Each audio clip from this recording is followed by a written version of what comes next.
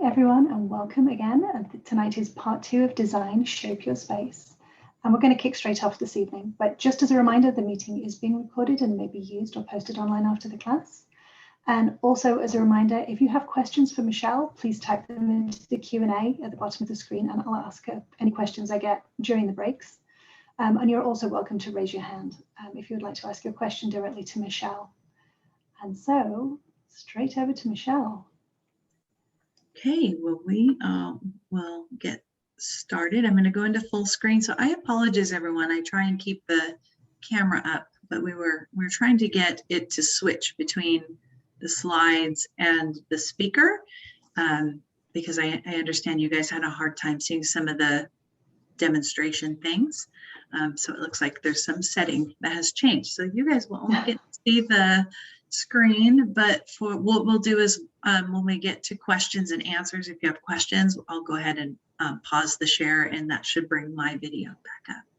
So thank you for returning.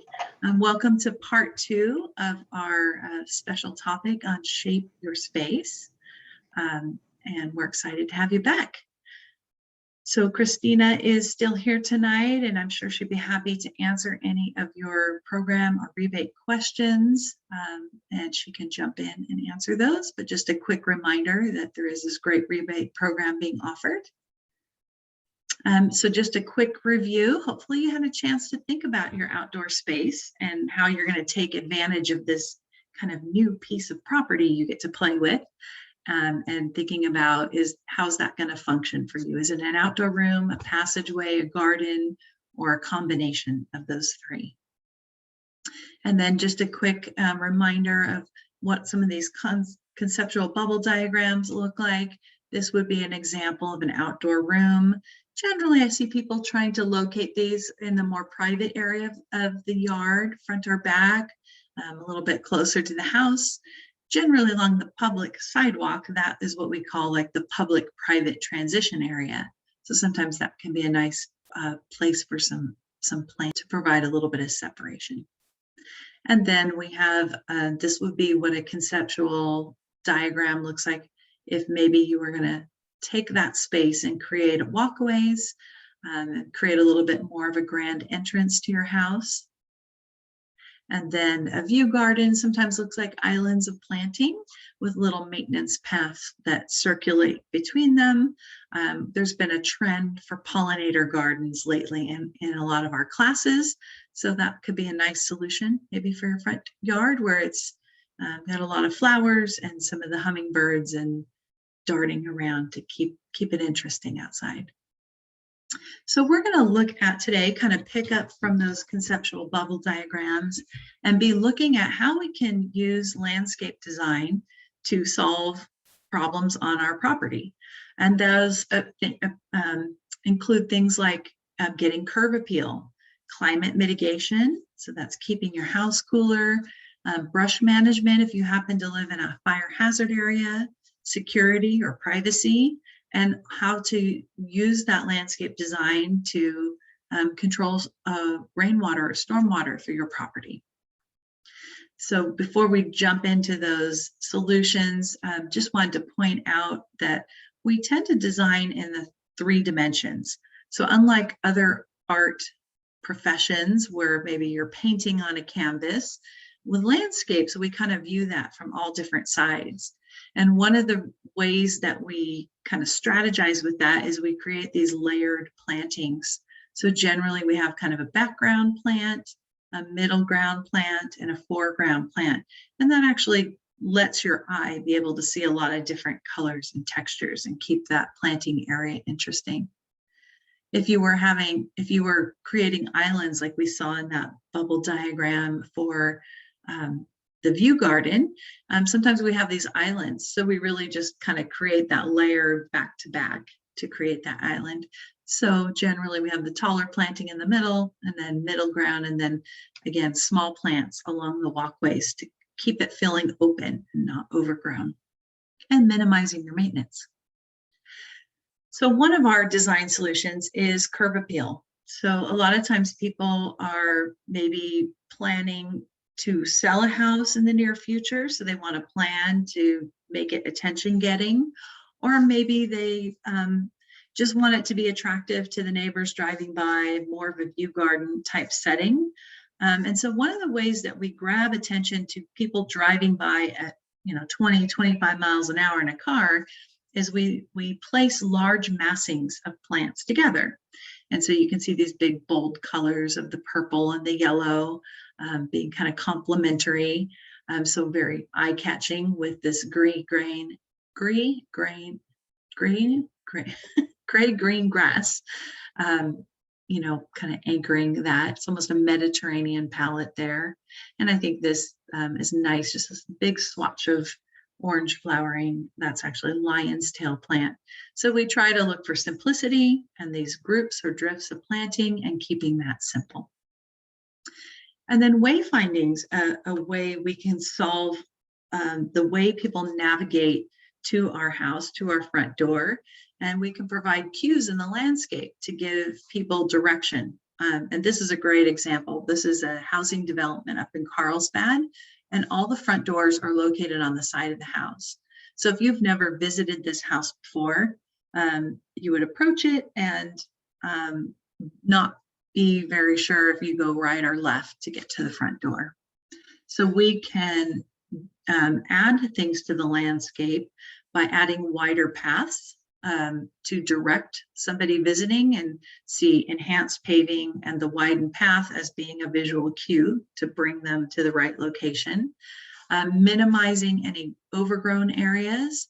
And a lot of times we'll add some little landscape features to provide some interest. So in this composition, you can see a bird bath and some terracotta pots and a specimen tree right here and a little chair, creating kind of a journey to the door. And if all else fails, they've also added a little sign to direct you to that side door entrance. Another functional solution that landscape can help solve is climate mitigation. And so there's been a lot of studies that have shown that if you plant a large tree next to your house, the shade from that tree can keep the house considerably cooler and reduce the energy costs in summer. There's a trade-off between view and that temperature savings. So you certainly want to put a sizable tree in a beautiful view area.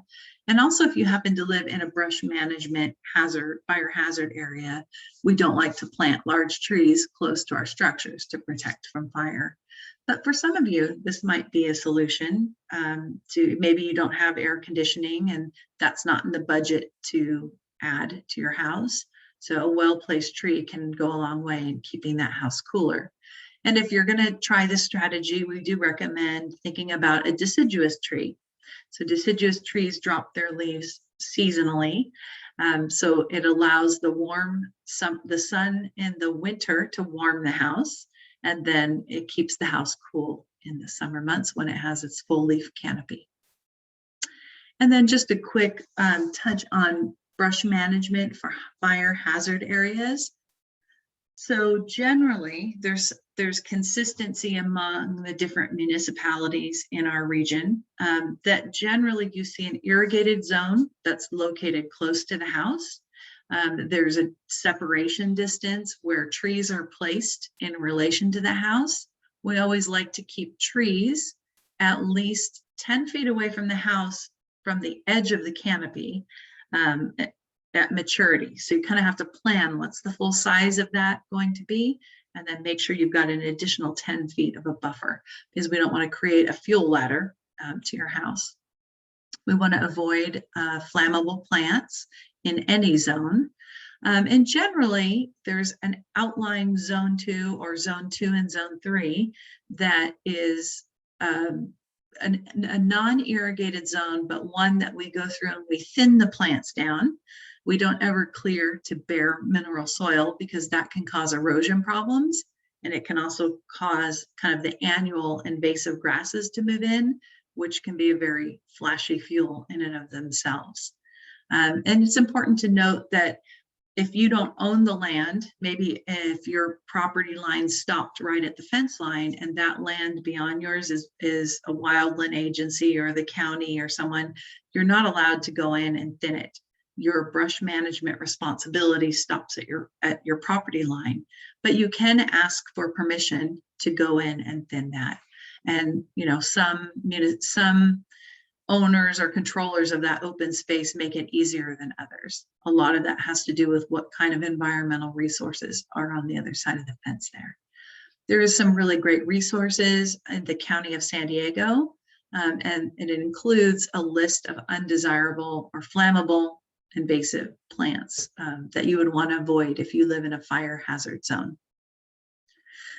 Security can be an issue. So if you have a house that's on a busy street, busy corner, and there's been break-ins in the neighborhood, planting pokey plants right under the windows is a good deterrent to help protect your house. Now on the right, we see the prickly pear cactus, which is very apparently spiny. Visually, people know that if they tangle with that, they're going to probably not be very happy.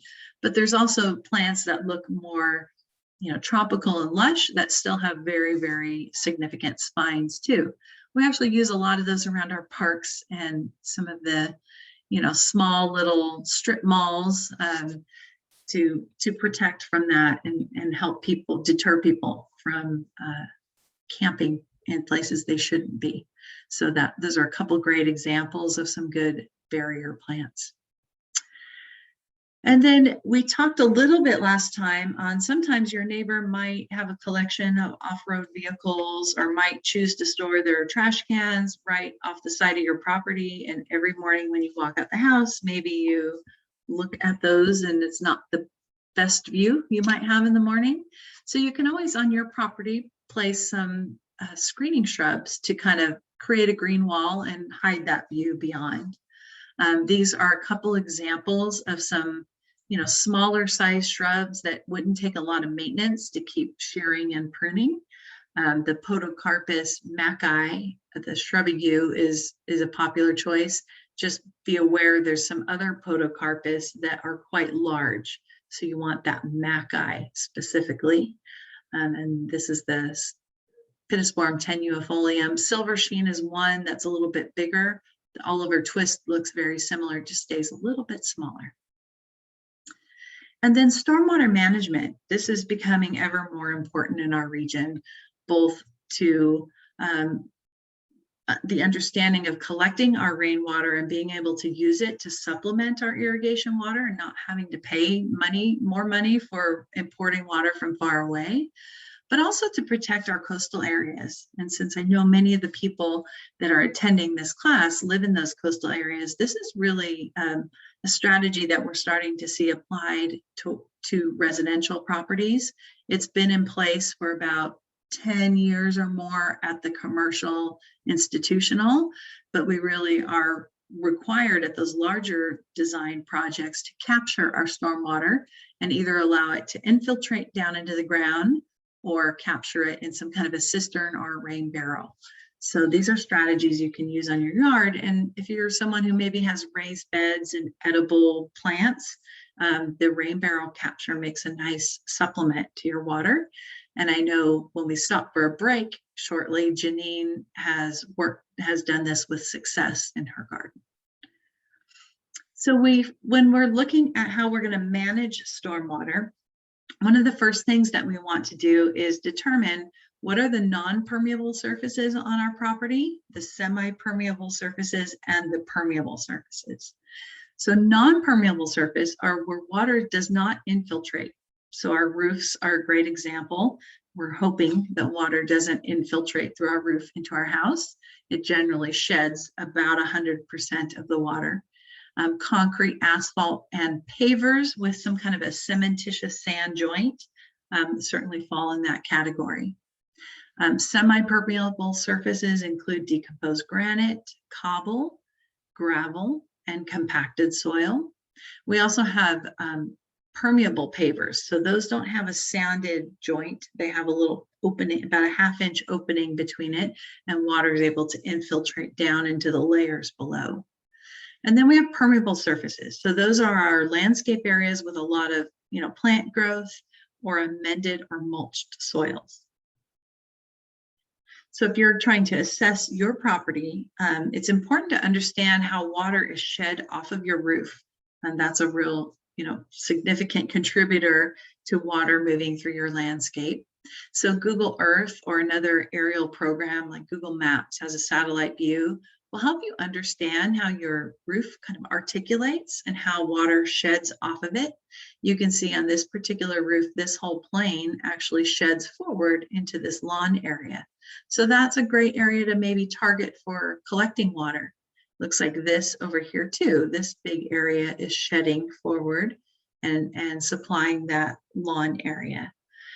So check out the aerial information to understand how your roof looks on top if you're not someone who climbs up on top and knows already.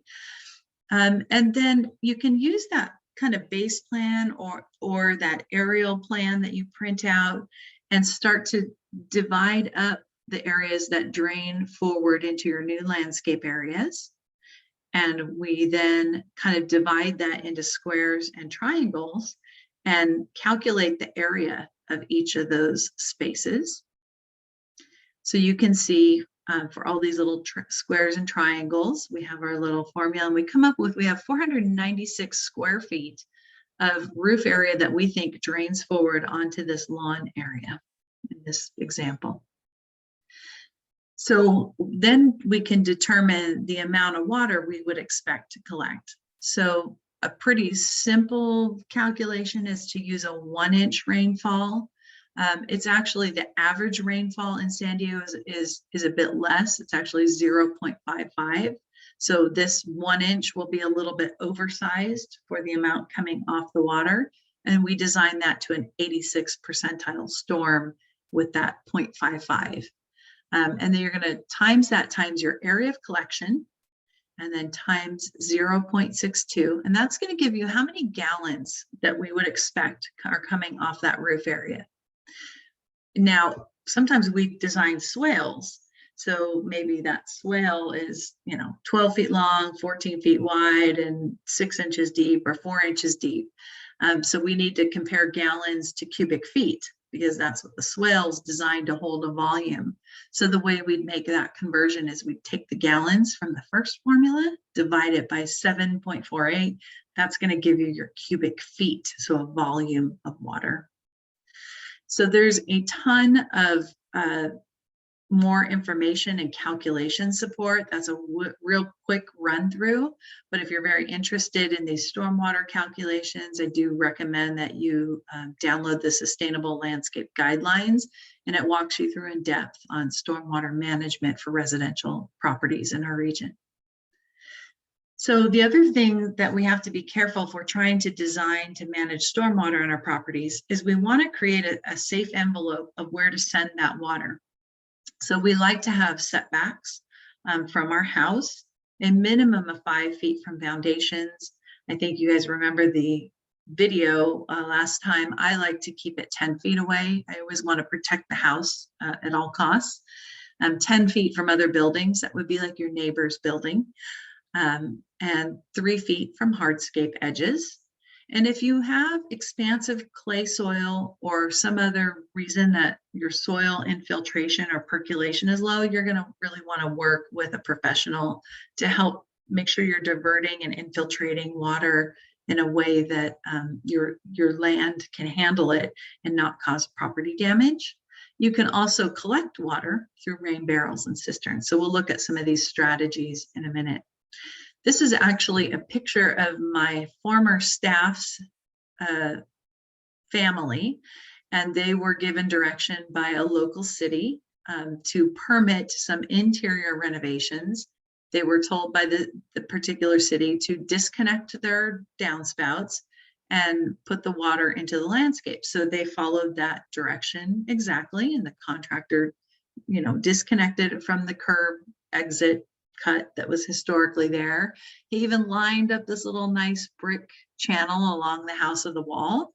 And then the first time it rained, all the water rushed in there and it went into the walls of the house. And this was a 40s house. It wicked up into the walls and destroyed the lath and the plaster and the wood floors and caused about $10,000 worth of damage.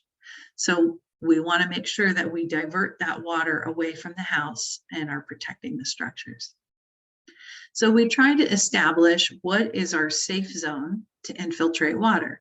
So in this house, you can see there's a minimum of 5 feet away from the house and 3 feet away from the different edges of paving and 3 feet from the property line. And that's our safe zone of where we can send water and let it infiltrate down. And you can also see that, now we've taken that last calculation you saw with the 496 square feet times the 1 inch times the 0.62 and divided by 7.48. And we've come up with how many cubic feet of water that we expect that to generate. So again, that sustainable landscape guidelines goes through all those formulas in depth if you're interested. So this is our safe area to hold the water and allow it to sink into the soil.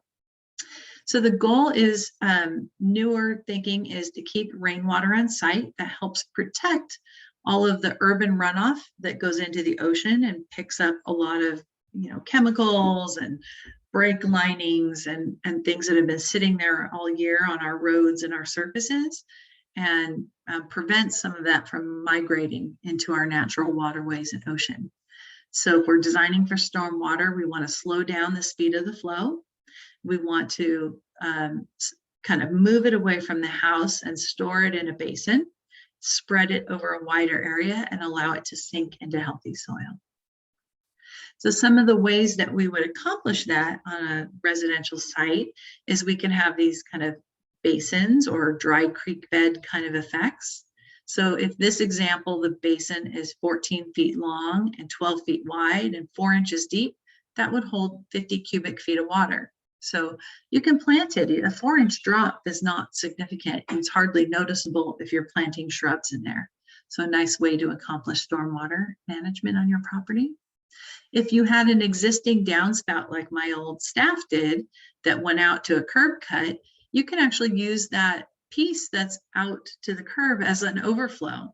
So the way that you would do that is you would keep this in place and then break it in that safe to drain area away from the house, create a little infiltration area. If you needed more area, you could fill it with rock. So maybe the surface is only 4 inches deep or 6 inches deep, but below that you could dig down and put, a filter fabric and cobble or rock in there and allow water to flow into there and infiltrate down. And if it got to be too big of a rain event, now you've got this overflow. So if the water starts filling up, it can go back into this little elbow and grate on top and back out to the drain so that it never starts spilling across the sidewalk. Slopes and hillsides are very difficult to manage stormwater on. I tend to like a strategy where we capture it at the bottom of the slope. But this is an example of something you can do. You can dig little small kind of riffles or little trenches behind the planting rows and try and slow that water down and infiltrate some of it into your slope and hillside. And here's how some of these first flush techniques or low impact development or stormwater management techniques might look in the landscape. I think at this point, most of us are familiar with the dry stream bed. A lot of people like that naturalistic form of design. You see these around town a lot. I find it interesting that even though a lot of people like that look, they're not making that dry stream bed work for them. It's just more of a surface appearance. So if you like the dry stream bed and you don't have clay soil and you've got pretty good percolation, you could kind of make it a swale and actually send your storm water in and let it trickle down. Maybe you like a more contemporary look to your landscape and you don't like the organic lines of the dry creek beds. You could also accomplish the same thing with an infiltration trench. In the old days, we would call this a French drain. A lot of times they would be located at the bottom of a big slope to divert water coming off that slope. But you can dig a very linear kind of narrow trench and you could dig it down 12 inches and put rock, and then it just looks like a band of rock through the landscape. I like to put a perforated pipe with a filter fabric around that so that if it you get a lot of rain, water diverted to that area, then the pipe will carry it out to another area of the yard where maybe there's a little bit more room. This is a nice strategy in those small side yard areas, which sometimes have a lot of stormwater coming off of the roof into them and not a lot of area to manage that stormwater. Cisterns, there's kind of prefabricated cisterns, and then some of the historic homes, sometimes you see these beautiful custom cisterns. Again, always want to plan to either locate those cisterns away from the foundation of your house. So if they overfill, water's not spilling down adjacent to your structure. Or in this case, cisterns and rain barrels, we always like to have an overflow. So water is coming into the top of the cistern, and once it gets full, there's a diversion that goes back to the drainage, probably out to the street. So good strategies to collect water and supplement. Just make sure that you plan for where water is going to go when they fill up, because when it rains quick and they fill up pretty quickly. A dry well is kind of if you have a very small yard, you could just dig kind of a deep, think of like a 55-gallon drum deep down in the, that sized rocky hole, make a hole and then line it with rocks. And then you could divert water to that point and allow it to infiltrate down instead of taking a whole big, dry stream bed through your yard. And so for rain barrels, those are a great strategy. They can help supplement things like those edible garden beds. The rainwater tends to not be as alkaline as the water we talked about at the last session that comes from the Colorado River. So it can be really handy to have on hand for those salt-sensitive plants, but always plan for the overflow to protect your foundation. Check your local agencies. Sometimes there's some really great rain barrel and cistern incentives. And just know that if you had 1,000 square foot roof and a 1-inch rain event, that would generate 83 cubic feet of water in that rain event. And that is a big rain event. That's, sizable. Maybe we get one of those every few years. But that would require 11 55-gallon rain barrels if we're going to try and capture all of it. And that's why planning to overflow is really important in these elements. So understanding how how much water you can store in this, it's really just a basic volume calculation. You're going to times the length times the width and then the depth. That's going to give you your cubic feet. Okay. And I think we'll pause for questions here, if there's any. Oh, I think you're muted, Janine. Goodness sakes. Christina, I'm just going to ask this one question that we've both kind of answered, if that works for you. Yeah. Just because it's good to know about. The pavers, for the permeable pavers and the non-permeable pavers, is this a specification that is labeled when you buy them? Or is there any difference on how they are installed? For example, do some use sand grout, or how do they work with using ground cover also? So I would say ground cover would be the best between them. I know some people use compacted sands, and that does allow the water to penetrate through. So for me, it would still be considered permeable. What do you think, Michelle? What is this standard for that? Yeah, so I think that's a really good question, because I think a lot of people see the sanded cementitious sand joint and they assume it's a sand joint so that it's permeable. But those interlocking pavers have a really tight joint, and you brush the sanded cementitious sand down in there. That's designed to shed water across the top. So you've got an underlying base course of like class 2 road base that's supporting the system. So if you get water down, if that sanded joint starts to erode away, and sometimes you've got to, refill it and re-wet it down, it can start to cause the buckling in the surface. Those regular pavers aren't designed to be permeable. There's a special, I actually have a slide in here of permeable pavers. We'll look at some materials. Those generally have little tabs, and they have about a 1/2 inch gap, sometimes a little larger. And that is a more extensive system because you're actually over excavating, you're digging out more, and you're putting layers of different sized rock underneath it. And then it's got small little rock aggregates between it, no sand in those 1/2-inch gaps. So water's designed to flow down through that system and almost be in that reservoir below the surface, and it allows it to infiltrate slowly. You guys being by the beach probably have really great infiltration. And so permeable pavers are a real wonderful solution if you have good infiltration, because the amount that you have to over excavate isn't very deep. As opposed to when I did the Naval Hospital at Camp Pendleton, we had 0 infiltration. So that infiltration area underneath our permeable paving was 4 feet deep to be able to store the amount of water we needed to. So that's why the tests that we touched about last time with your understanding your soil texture and understanding the way water moves through your soil become really critical as you're starting to manage water and select the solution that's right for your property.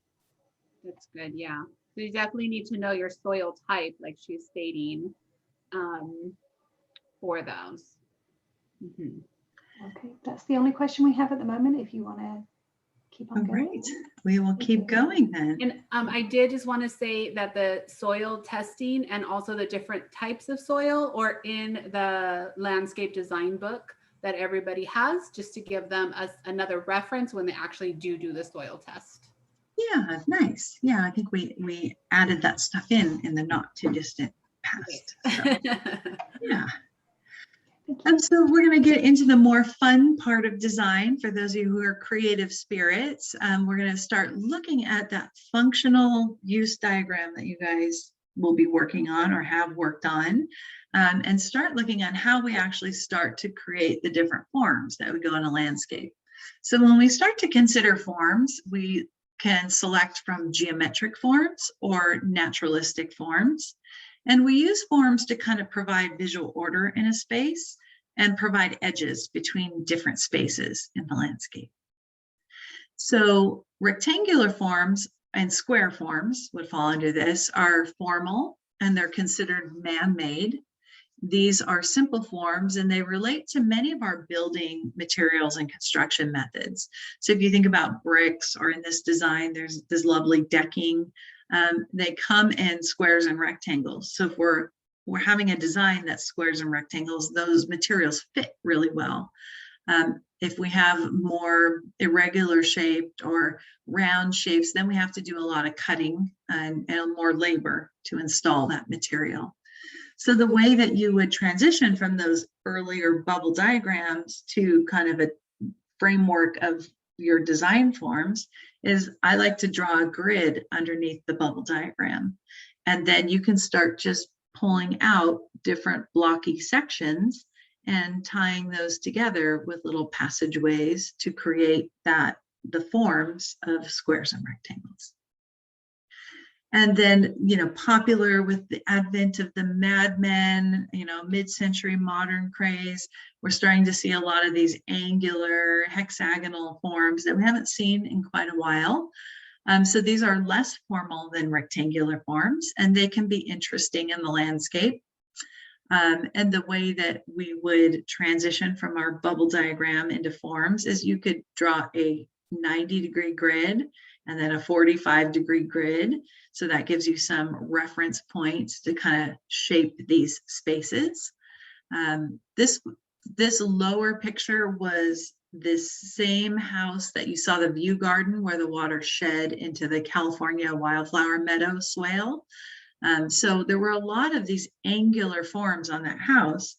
And the firm that I worked for, I did not lead this design, I wish I did, but we used a lot of those angles in the architecture and brought them out into the landscape so that it created this really interesting spaces with these more angular forms. And then just, this is kind of a simple octagonal form up top for this little patio, but just a little bit more interesting than maybe a rectangular deck, if you're into that. And then we have circular forms. So circles tend to create a feeling of unity and wholeness. They can be very restful. We can use circles as whole circles or as pieces of the arcs to be our form generators. In the upper picture, that's what we would call a radial design. So if we had our bubble diagram, we would start with that, and you'd almost make the spider web grid. And then that would allow us to kind of pull off different pieces and shape those spaces. You see this a lot, and especially some of our, classical Spanish revival houses where, there's a little walkway and it forces you around some kind of a focal point. So there's a beautiful, terracotta pot with this black and yellow contrasting color, Japanese mondo grass, I think is what that is, just creating a little bit of interest and breaking up that little small yard in front. So you try strategies like that if that's appealing to you. And then the organic meander. So this is a smooth back and forth transitions. These are inspired by shapes that are found in nature. Many times we use these for walkways or those dry stream beds. A lot of people like this very naturalistic design. They find it more restful. This works really well too if you're adjacent to some of our wildland areas where you've got these canyons and things, and you want to borrow the scenery and tie your landscape with what's beyond. You can kind of pick up some of that nature element and bring it in, and it makes your yard seem a bit bigger. So nice strategy. Again, a lot of these forms are personal. You might connect with one more than the other. We also sometimes will look at our architecture too and inspire some of the forms. So some of our classical architecture, I mentioned the Spanish revival, tends to have a lot of geometry in it, maybe arches in the doorways. And so we can pull get inspiration for which forms we're going to use based on the architecture that we're designing around. So the fun part of design for me is always the aesthetics. And so this is kind of the part that provides interest and impact, creates some focal points and catches your eye. And so we play with different textures, different colors, different values in the landscape to add this interest. So just like our doctor tells us that we should eat oatmeal to be every day to be healthy, that can be kind of boring on its own. So we kind of make that oatmeal more interesting by adding some spices and some berries, and suddenly it's a much more exciting breakfast than just plain old oatmeal. So that's what we do when we overlay these aesthetics into your landscape. So we've got the aesthetics of proportion. And I think this is a challenge anywhere in the West where we tend to have very small lots and the house takes up a big percentage of our lot. So we want to look at what we're planning, make sure we're checking the mature size and how that's going to fit within the composition of our yard. And you can see in this picture, a large tree can make a house appear smaller. And that's in addition to the maintenance of having to try and trim it away from the roof line. These happen to be Italian cypress, which look fabulous if you're out in Tuscany, going down a Tuscan road to an Italian villa, and they're lining the road and they're 60 or 80 feet tall. But next to a one-story, 1950s house, it's really out of scale with that particular property. And of course, you've got a maintenance problem.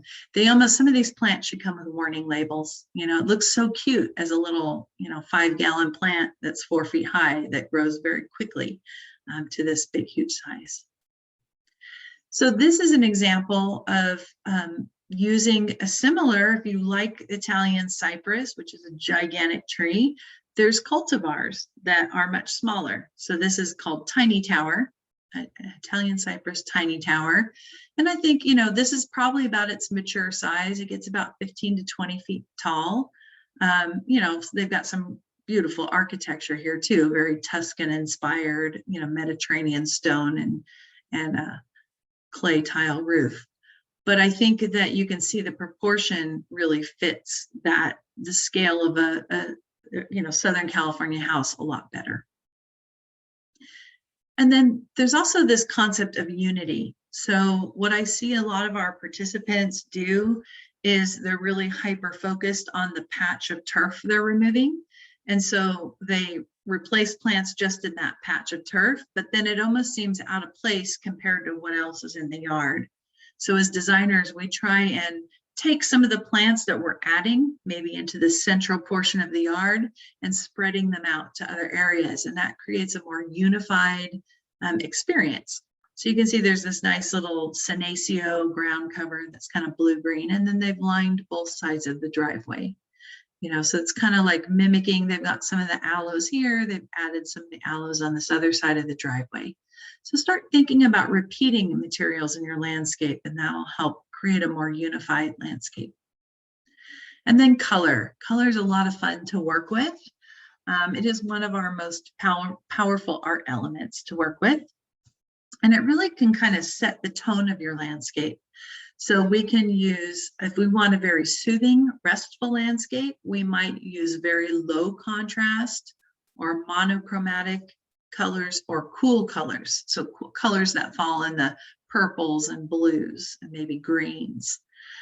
If we want an energizing landscape, maybe we're the fiesta house and we love to have people over and we like to have big parties, big family parties, we might want to use more contrasting colors and complementary colors. So complementary colors are located opposite one another on the color wheel. And then of course, our warm colors are going to be the yellows, the oranges, and the red. Now there's also these color families called triadic colors, which I like to work with too. We mostly think about primary colors that we all learned in grade school of blue, red, and yellow as a triadic color. But I think common to Southern California, I call these the California colors, are the purple, the orange, and the green. And so generally we pick one color to be a dominant color in a triadic scheme, and then two to be complementary to that. So a lot of fun to kind of explore color. If you're new to color theory, art stores sell color wheels, pretty, maybe $5, $6. So some of them have little palettes on the back. So that might be a nice thing to pick up and see which colors you connect with.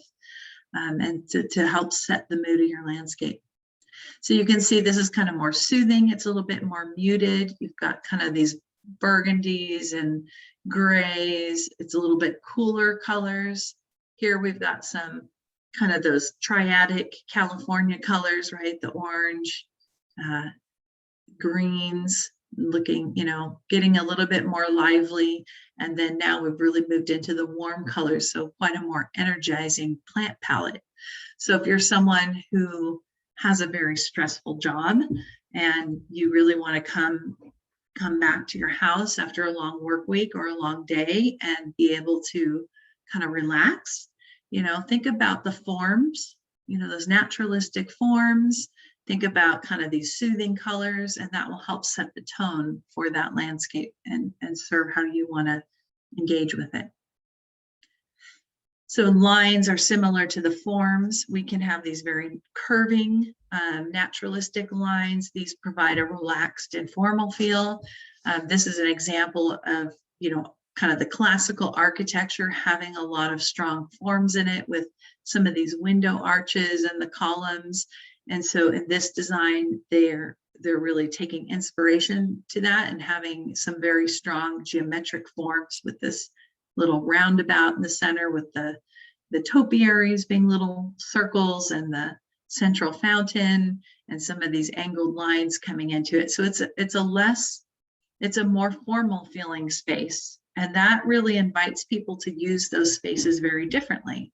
If you think about Balboa Park, a lot of the garden areas along the Prado that have to carry a lot of people look more like the spaces on the right. They're very formal, boxwood hedges. You do not feel like, as a visiting person, you're going to take a blanket and jump over into the interior planting of the boxwood hedges and have a picnic with your family. But if you get out to the outlying parts of Balboa Park, it starts to be very naturalistic, where it ties into the canyons. And in those cases, there's big lawn areas, and you are invited to enjoy that space and, spend half a day and toss a ball around on it. So think about how you're going to use your space what tone you want to set for it, and that's going to shape some of your lines and your forms. Now, some of us are fortunate to have a view that we can borrow, that we can see off in the distance. But for others of us may not have that on our property. So you can always create a view. And I encourage you to look at your yard with these kind of eyes. Do you have this kind of empty corner out the window where it's just kind of a dead fence corner and no one goes back there? Is there an opportunity to set a view so as you look out your window, you kind of see something interesting? And I really love how this designer, used some of this iron salvage and, probably an old picnic bench that was sitting out in the yard that was all weathered, and just painted it blue and added the little birdhouse and created almost like this little vignette out there. And you can see there's a stormwater basin here, so not much access back there. I see this being used a lot as a focal point. They have these nice little kits for bubbling urns. And these are pretty water efficient water features. They just recirculate into an underground basin and come up through the urn. So there's not a lot of water lost to evaporation in these. So this can be a nice feature to consider in your landscape. And sometimes the sound of bubbling water can be very restful.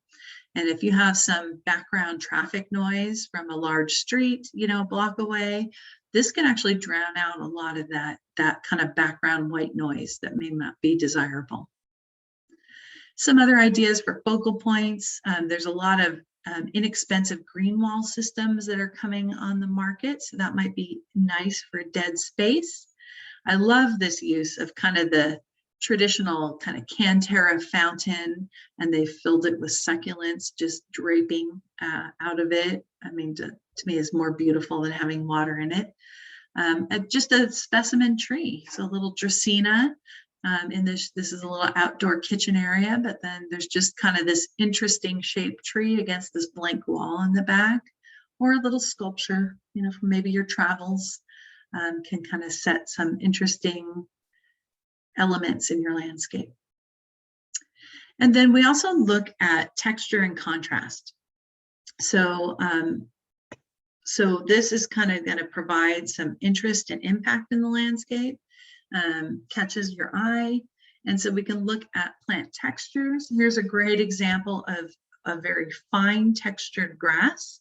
This is Mexican feathergrass. It does tend to reseed and be a bit invasive. So it's kind of, even though it's beautiful, it's fallen out of favor just because there's a lot of maintenance in digging this up. And certainly if you were on one of our wildland areas, you probably won't want to use it. But that texture of that very fine grass compared to these big agaves next to it is really quite striking, both in color, but also in this texture. And then we can also look at kind of color and contrast to add interest to the landscape. So here's 3 agaves. This one's this beautiful blue-green, like an agave Americana. And then complementary to that would be this very yellow colored agave. And then this third agave has a little bit of the qualities of both of these. So it's got some of the blue-green at the center, and then these variegated edges that pick up on this one. So it starts to create this little family of agave. So even though it's contrasting, it's also unified and toned down a little bit, so it's not too jarring. So start looking, you can have different plants, but maybe it's the contrast or the colors that start to bring them together. And then we've got some great landscape design templates. If you're feeling really stuck, you can see how some of the professionals tackled a typical residential lot.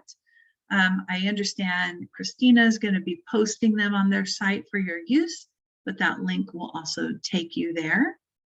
The first is kind of an animal-friendly design. So thinking about areas that maybe a dog use areas and areas that are a little bit more open that they can toss a ball with them. That's some really wonderful spaces being shaped in that. And they've also given you a sample planting legend of water smart type plant species. This one's an empty nester design. So geared towards people who don't have small children and maybe are entertainers. some nice kind of fire pit features and barbecue features outside. And again, a different palette. These were all done by different designers around the region. Kid friendly. So here's one that is really catering to young children. I think there's a little sandbox and a little patch of lawn. I know when my kids were young, we had what we called the green swimming pool. So it was just a very nice, well-maintained rectangle of turf. And the kids loved to roll around and play on it. And I figured it used about as much water as a swimming pool. So that was an appropriate name. But it was a very popular location for my kids and their friends to, I don't know, wrestle each other. But, you know, some nice little features for the parents and the kids in that design. And again, you get an idea of how some of the different designers around town, plants that they like to use. So that'll give you a head start on plant research. This one is a native habitat landscape plan. And if you're into native plants and habitats, you can also get your yard certified as a backyard wildlife habitat. There's things like you have to have a water source and some areas for shelter, but there's a whole checklist. And so that's kind of a fun process, especially if you have kids helping you design, and you know, maybe you've got a butterfly garden, you're going to watch them hatch and draw those types of pollinators in. So something to consider. And then there's a number of sample designs for regular lots and then zero lot lines. So some people by the coast might have these very small, you know, kind of developments where they have very narrow lots. They have some solutions for that. There's actually quite a few more palettes online than what I show in this presentation, because what this group did was they used different native plant palettes, you know, foothill planting, southern coastal. So you can look at those native plant palettes and similar designs, different palettes for each design. And then backyards, they had some strategies for passive backyards. So some open areas, maybe some turf or turf replacement ground cover, and then areas that were more passive or social areas. So some great resources to get you started. So we talked a little bit about interlocking pavers a few minutes ago. Here's an example of those. This is a permeable interlocking paver system. You can see those joints are a little bit wider. And what happens with these systems is they have little tabs down below that set that joint clearance. And then there's small little aggregate rocks that go in there. And then you've got this over excavated under base of it that's different layers of different size of aggregate rocks, and the whole thing's compacted down, and the water flows through those cracks and then slowly infiltrates it, you know, from the voids in the rock, the supporting rock below it.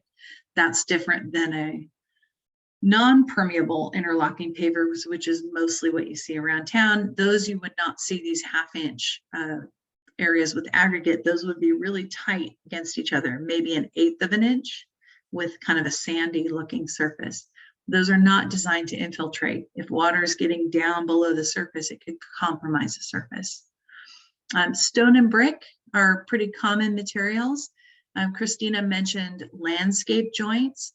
So stone, a lot of times we'll use that for to support paving with the landscape joints. I think we saw a couple examples of that in the first session with the diamondia between it. So usually that landscape joint is about 4 to 6 inches big, and that is a nice permeable surface. And so stone comes in many different sizes. Sometimes it can be cut in squares and rectangles, and sometimes it comes as irregular shapes. Both of those are referred to as flagstones. So just flag is just a big flat piece of stone, whether it's a square, rectangle, or a regular shape. So that's kind of, you know, whether you have irregular or these more cut patterns is kind of a personal preference.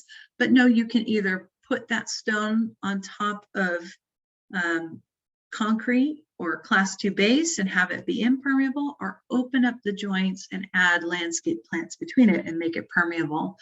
And I will let Christina speak to whether that is included in their rebate or not, because I know each agency varies a little bit. If you're pulling out a patio that's maybe cracked and unusable, I like to sometimes give the contractor kind of direction on how big, tell him I want to save the pieces of concrete and kind of how big I want those pieces to be. They don't really enjoy that because they usually charge me a little bit more labor, but you can use that as like paving stones too. And that's sometimes called urbanite. The other thing that we use a lot of in these low water designs are decomposed granite, boulders, and rock mulch. So these are kind of boulders and the different sized rock mulches. Decomposed granite it's like a stone dust, and sometimes they add a stabilizer to it. We use this a lot in parks because it meets accessibility or ADA guidelines in public areas.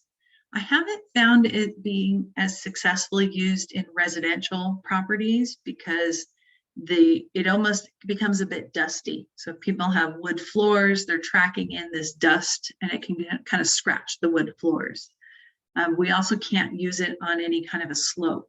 So any slope greater than 5%, we should stay away from decomposed granite or it'll just start eroding and you'll have to be repairing it all the time.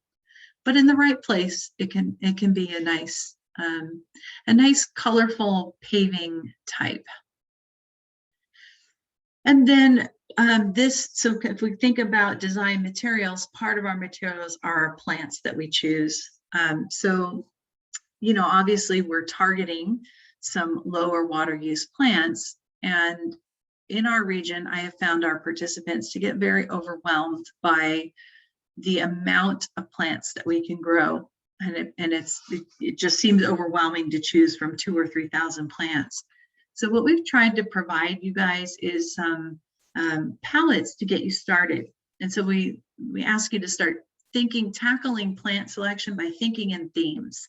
And we've got Mediterranean theme is kind of our olive trees and rosemary and lavender and bougainvillea. And you've seen that historically for the past 20 or 30 years around Southern California. So many of our landscape spaces are Mediterranean to sync with that climate and save water.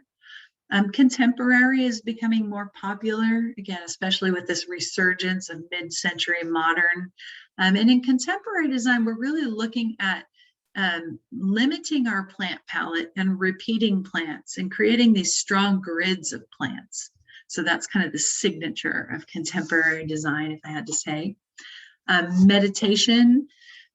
It would be called the Asian palette in your books because we haven't quite updated it to the new title yet.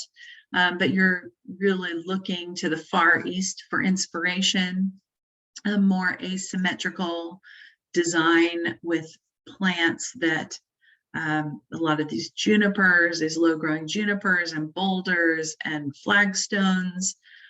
Some of the native irises and the African irises work really well to kind of replicate that more informal asymmetrical feel that you typically see in meditation or Asian garden design. Some nice seasonal type plant material. So in spring, some flowers, and fall, some color change.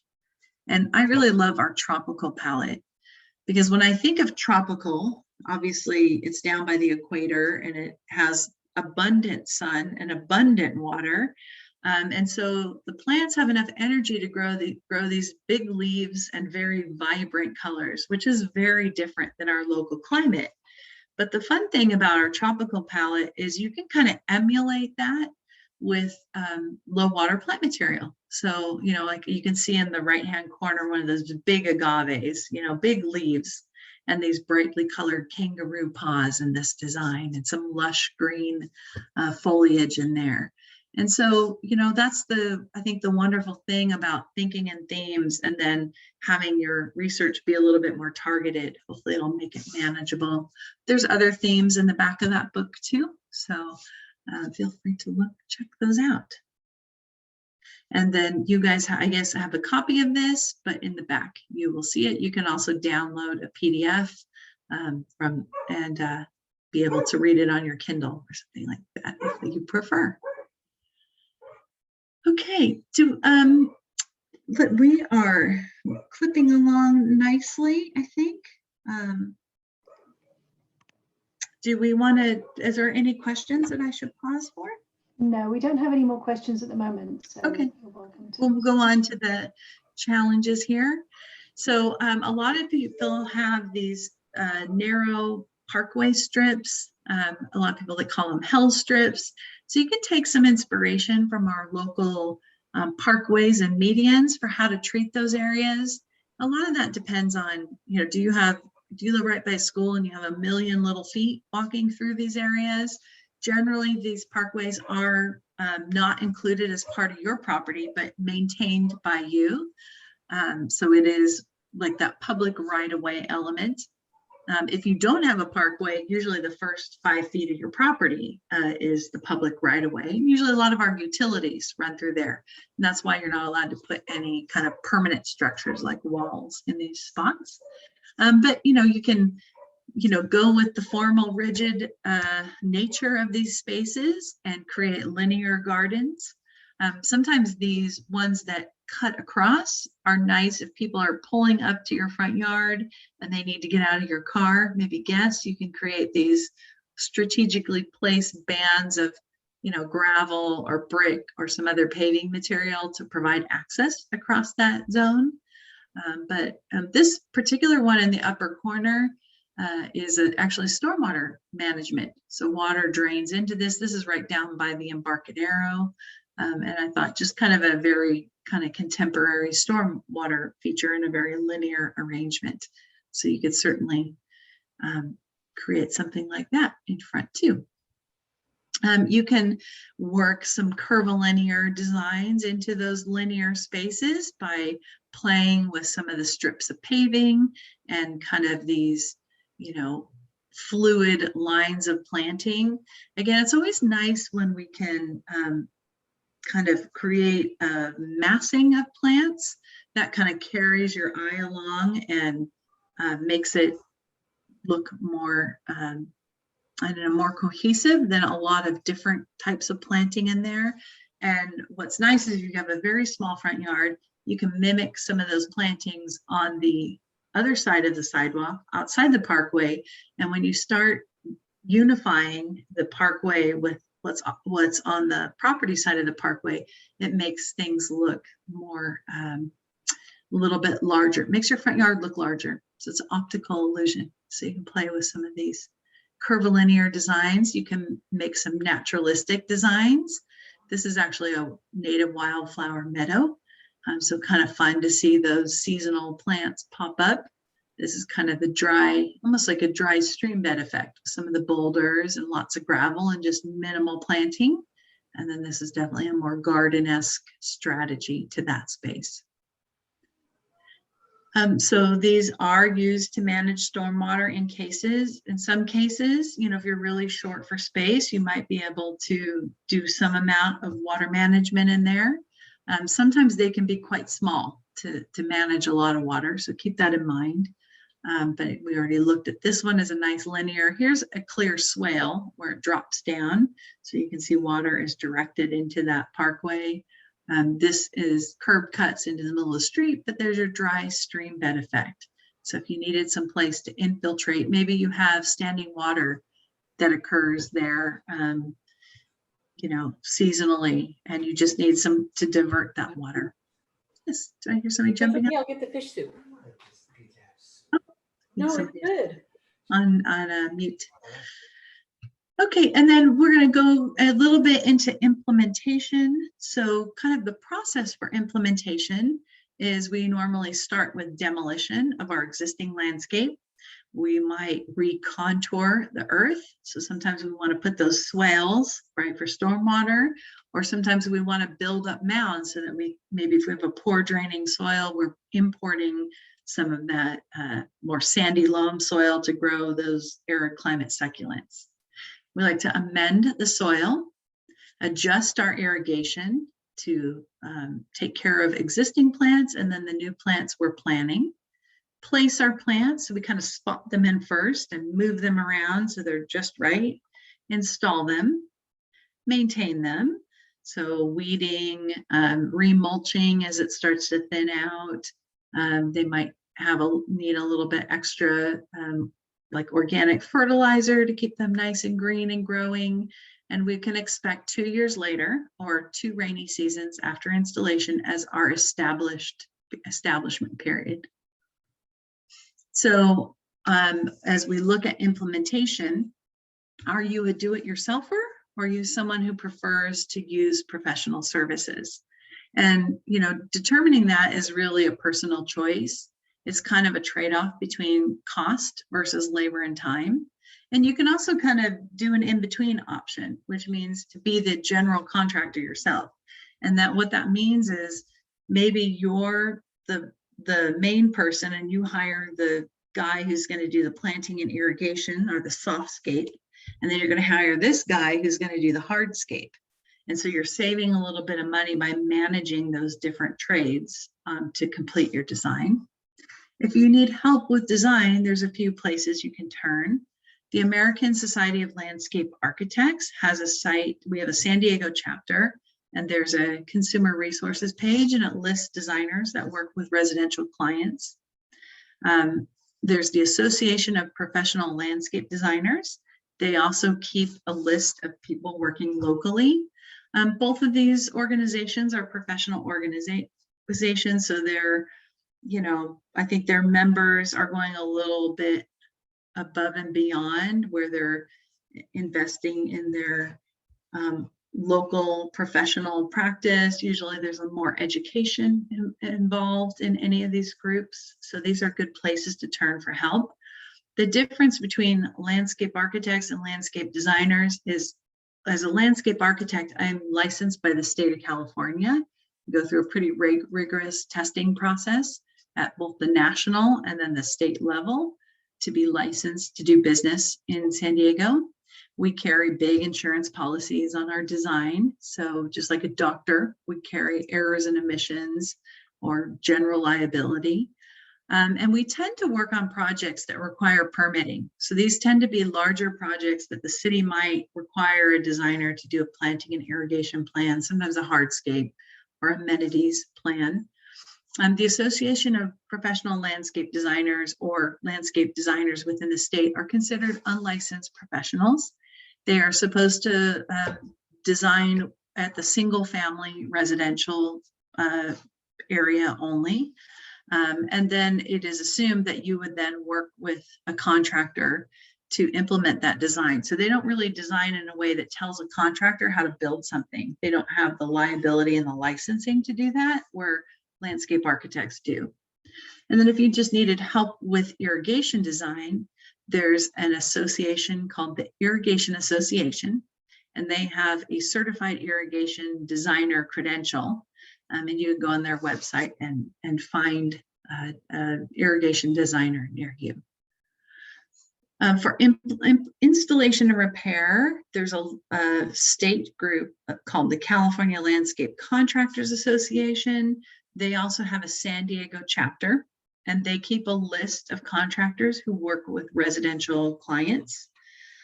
So if you need help on installation, that might be a good place to turn. They usually have a profile and they talk about the kind of work that they do. Some landscape contractors are design build, and that's kind of like one-stop shopping.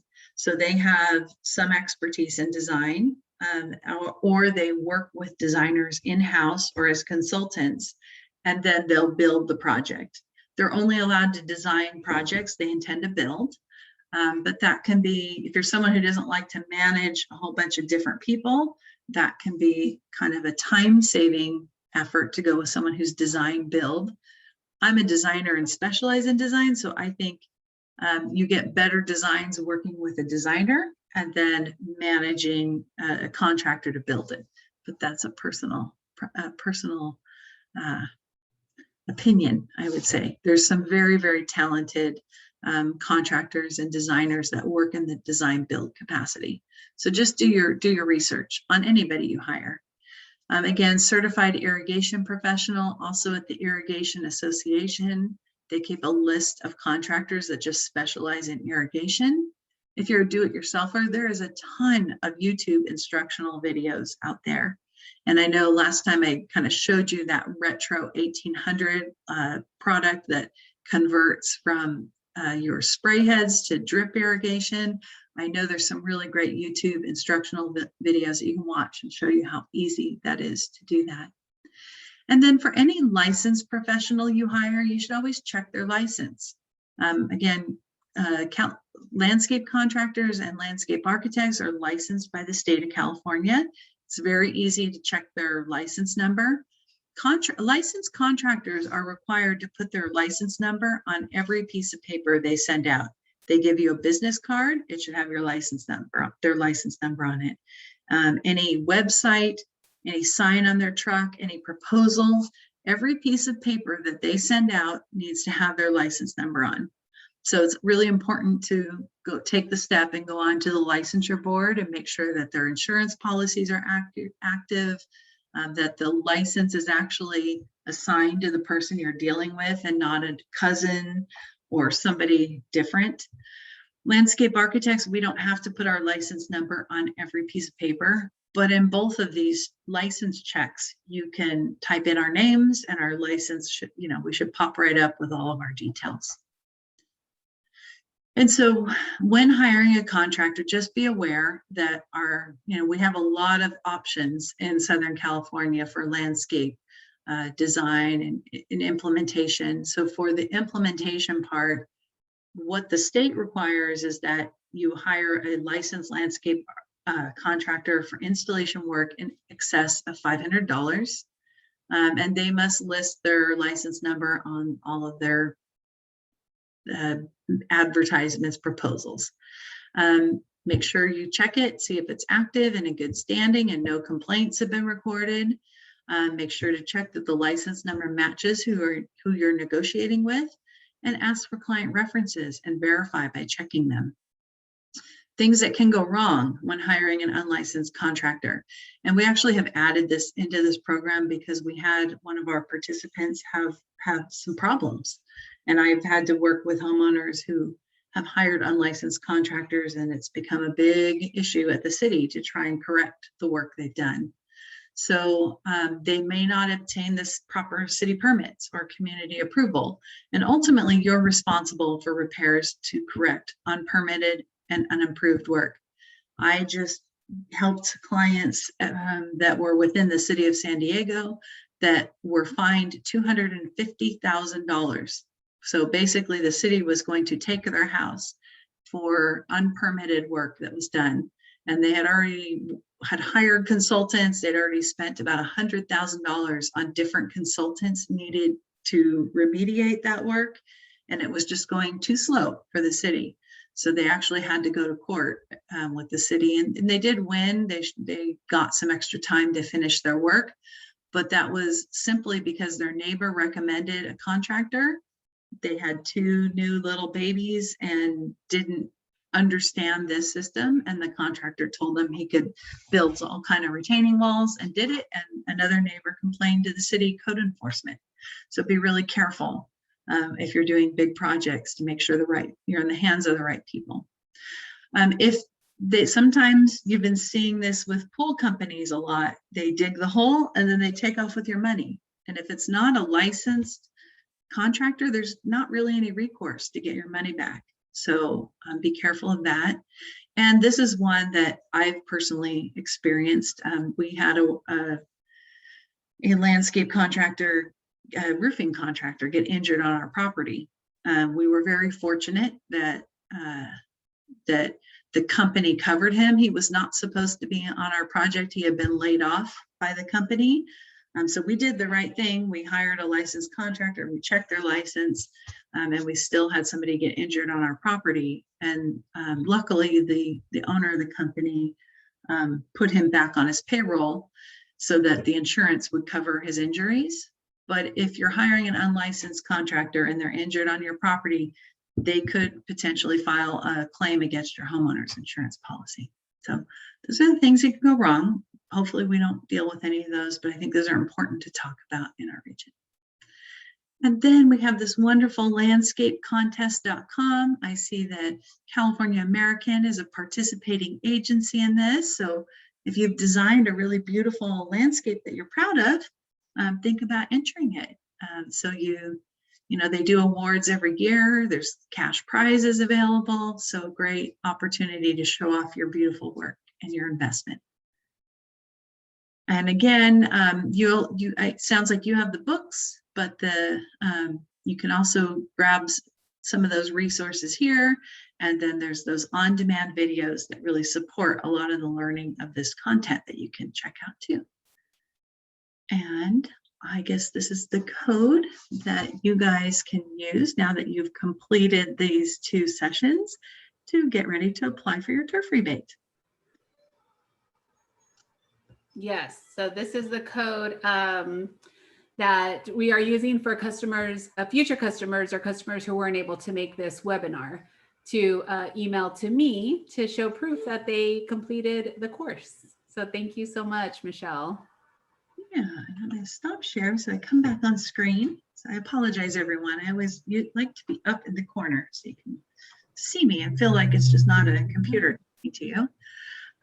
But certainly welcome any questions. I know these topics we cover a lot of material. I tell people, if you went to a community college, you would probably have 3 different community college semester classes of what you need to know crammed into these. So we always love questions. If anybody has any that are specific to your property, we're happy to chime in. I'll go ahead and ask one that I had today. I had a customer who wants to look at hedges. The way that the property line is, their neighbor created a fence, and then on the other side of the fence, they put their shrub. So it looks like it's their shrubs, but it's actually the neighbors. Oh, interesting. And they can't plant anything right up next to it because of the rooting system. So I had suggested maybe creating a little bit of space and then making their own hedge line. Yeah. So what would be a good, maybe 6 or 7 foot hedge? So in that condition, it really depends on how wide their yard is. So if they just have a little narrow side yard, we really have had pretty good success with that Podocarpus maci.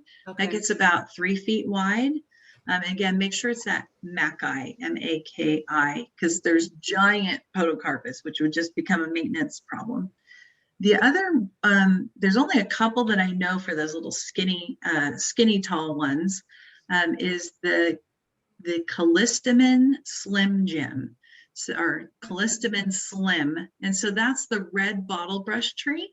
So it gets those really nice little staminate flowers, but it's a cultivar that stays tall and narrow. Okay.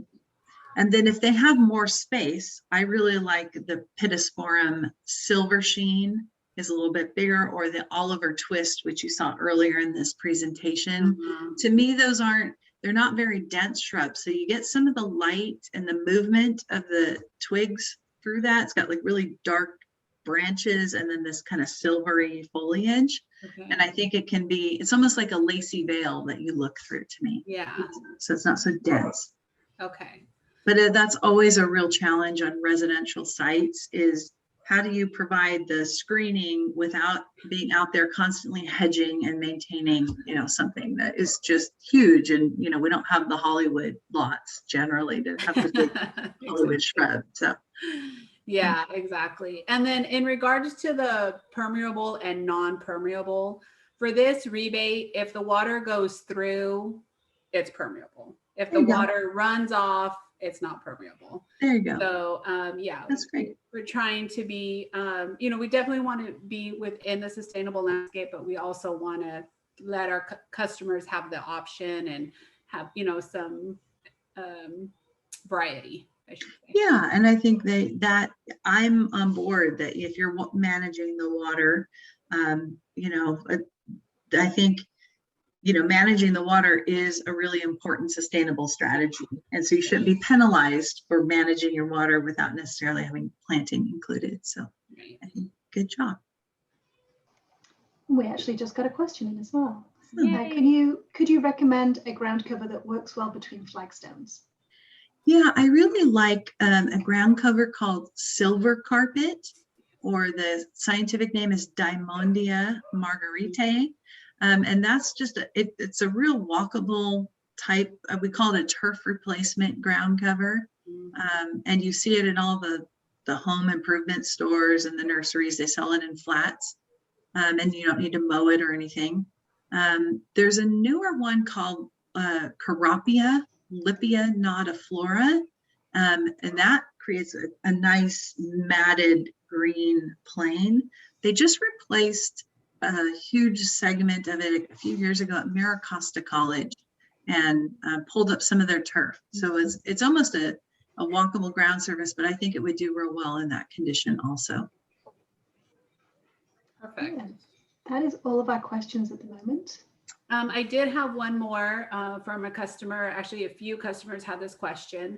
So for a parkway, what would your suggestion be to create a sustainable landscape when the cars park there and open their door, to not damage the plants that they have put in? Yeah, so I like to see minimized planting in the parkways. And things that aren't spiny, because little kids can, some of those are like really spiny and they can get injured.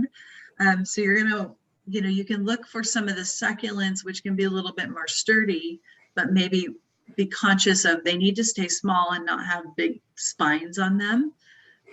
Some of those walkable ground covers. Again, with parkways, we want to maintain a good visual connectivity, where you don't want a situation where you have something 3 feet high and there's a child that runs out chasing a ball and can get hit. So we like to keep, I like to keep parkways lower than 2 feet. There's an coral aloe striata is a nice one. We use a lot of in the corners of driveways, because it gets this nice winter orange flower and the hummingbirds like it, but it tends to be take some abuse in those areas. Some of the low growing ground cover rosemaries do pretty well in those zones. Oh, okay. Yeah. That's off the top of my head. That's what I come up with. No, that's great. Yeah. Just, I know that there's going to be a lot of people with different yards and different, needs for it. So you definitely want to be able to give as much options as possible to the customers. Yeah, I've seen Dianella is one. It's like a flag. I don't know the common name. I know it is Dianella. So there's some smaller varieties of that. It's almost grass-like, but it's a little bit more towards the lily family, where it kind of really holds its leaves year round, instead of grasses kind of die back and you got to chop them back in the fall. But that might be one to explore, some of the smaller varieties of Dianella. Great. We've got one more question. Okay, so we're just trying to clarify that we understand what we're talking about with the permeable pavers. So if we can just clarify, does the water actually have to pass through the paver, or can it run off the side and into the silver carpet? Right. So it runs off the side into the silver carpet, as long as it's not next to the concrete and will run off the paver and onto the concrete. Then it would not be considered permeable. So it has to run off of the paver into the landscape, or the silver carpet. Okay, good. Nice. Okay. And that is all of our questions that we have at the moment. All right. Well, you guys get off a few minutes early. But thank you all for joining and donating a couple nights of your time with us, and good luck on your turf renovations. I know our Water Smart team is always excited to see what you guys do. So I know Christina and her team will always be excited to see the finished product. So yes, post pictures. Definitely. Yes, I will. Send pictures. Thank you so much, everybody, for joining. If you have any questions during your process, please reach out to me. And if I don't have an answer, I will find it. Okay. Thank you so much, guys. Thank you. Thanks, everyone. Thanks, Good Michelle. night. All right. Good night. I'm going to stop recording. All right. Good night, everyone. Bye. And I will send the link. We're not recording anymore. Okay.